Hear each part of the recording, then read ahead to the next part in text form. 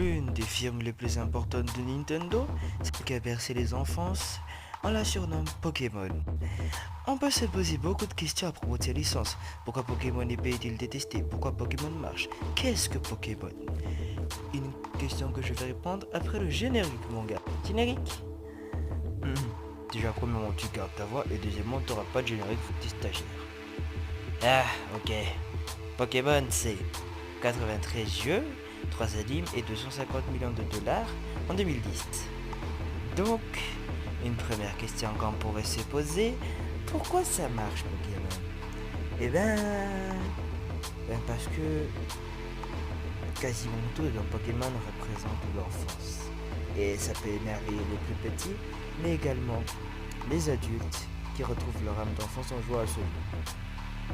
Mais aussi le fait que Pokémon est une firme multi-support qui marche très bien en jeux vidéo, mais aussi en animé et j'en passe. Alors, ça a réussi à rassembler beaucoup de monde et au lieu de faire comme beaucoup de jeux vidéo qui ne ciblent que les joueurs de jeux vidéo, c'est logique, Pokémon va plus loin dans sa lancée en essayant de vraiment avoir tous les fans d'autres supports comme les films, les mangas, les animés. Et c'est ça qui fait la force de Pokémon, c'est qu'il ne se limite pas qu'à l'essentiel. Et Pokémon rassemble les familles pour réunir pour réunir tous les enfants du monde. Et aussi pour la...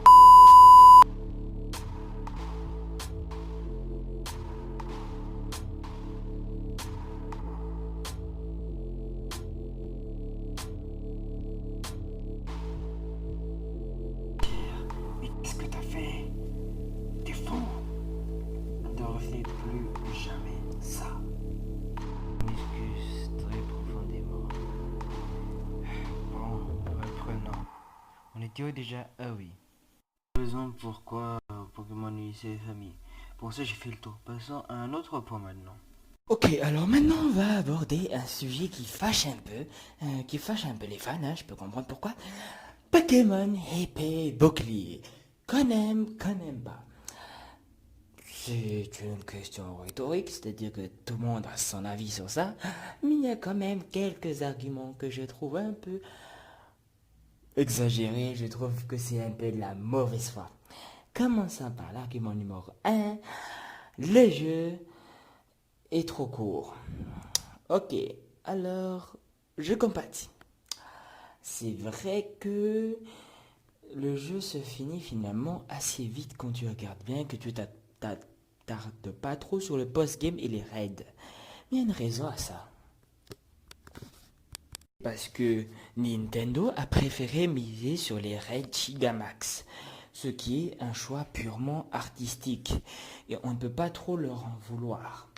Après tout, c'est devenu courant maintenant les jeux en ligne. Admettons. Mais c'est aussi pour une autre raison, c'est que le jeu est plus facile, donc se finit beaucoup plus rapidement que les combats de maître où tu prenais 600 ans à battre un seul mec du conseil, et encore pire avant où tu mettais 3 heures à battre un champion. Et il y a aussi une troisième raison, c'est que les joueurs de Pokémon de maintenant, à partir de la 7e gène, 6e gène par là, et ben leur jeu n'était pas si long en fin de compte. Et pour ne pas perdre cette communauté qui est la communauté quand même assez influente de Pokémon, il est assez normal qu'ils privilégient ceux qu'ils aiment à ceux qui ne aiment pas. Ce n'est pas parce que, en tant que vieux, on trouve les jeux Pokémon lents plus cool que notre avis va être tenu en compte. Ce qui compte, c'est le chiffre d'affaires. Et le chiffre d'affaires, c'est les enfants de la 6e gène. Mais finalement, c'était pas mieux comme ça. Car, faut pas se mentir, comme la vidéo Taskens l'a montré, enfin il l'a énoncé, c'est que ce qui rallongeait le jeu inutilement, c'était les 14 000 dresseurs sur ton chemin qui t'empêchaient d'aller sur des voies sans te faire agresser toutes les 5 minutes. Alors, ok. Et alors? Nous arrivons finalement à une autre question rhétorique. Est-ce que notre vision de Pokémon, à nous vieux fans de Pokémon, mérite tant de sévérité envers la nouvelle génération qui préfère des jeux moins longs mais qui sont plus intenses? Et est-ce que c'est un autre avis de vieux con? Est-il bénéfique à Pokémon ou nous sommes devenus de vieux aigris grincheux? Finalement, on serait pas trop sévère envers le nouveau Pokémon. C'est une question rhétorique à laquelle tout le monde va répondre. Et la facilité, parlons-en d'ailleurs. D'accord, c'est un peu dommage.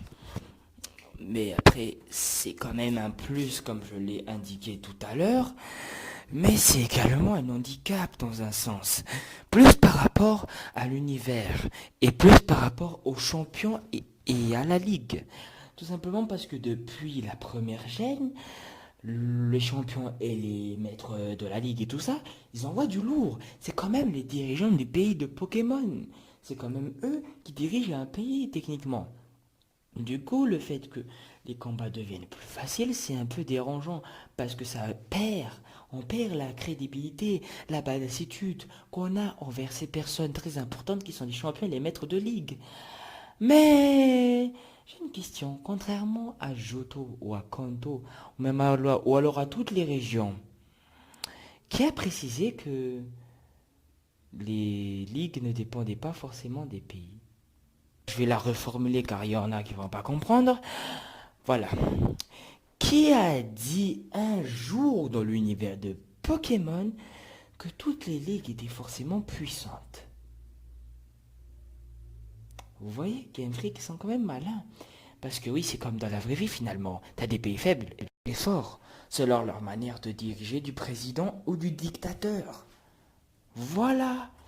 Et là, j'ai fait une critique objective. Si vous voulez répondre à cette vidéo, faites-la de manière également objective. S'il vous plaît.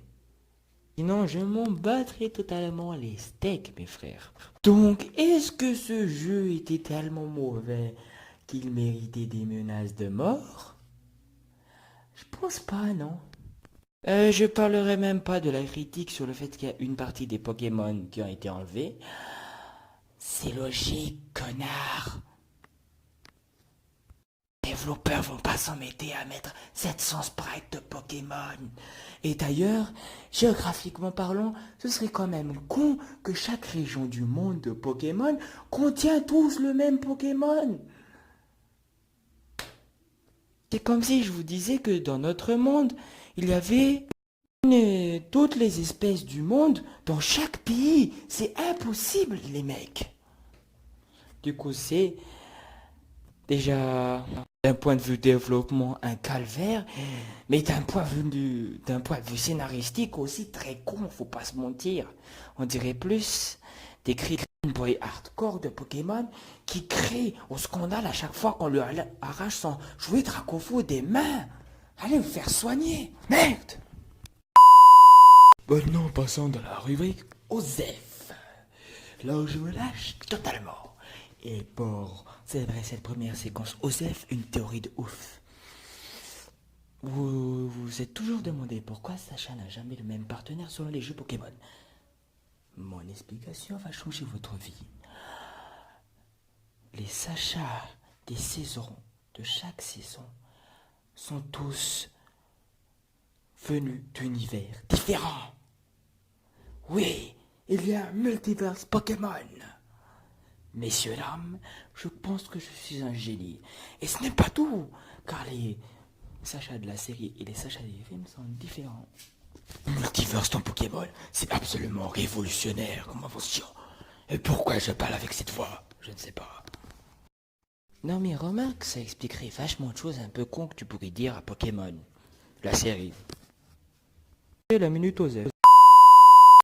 Conclusion. Les haters, en tout cas la plupart de Pokémon bouclier, sont des gros pigeons ou des gens un peu trop excessifs.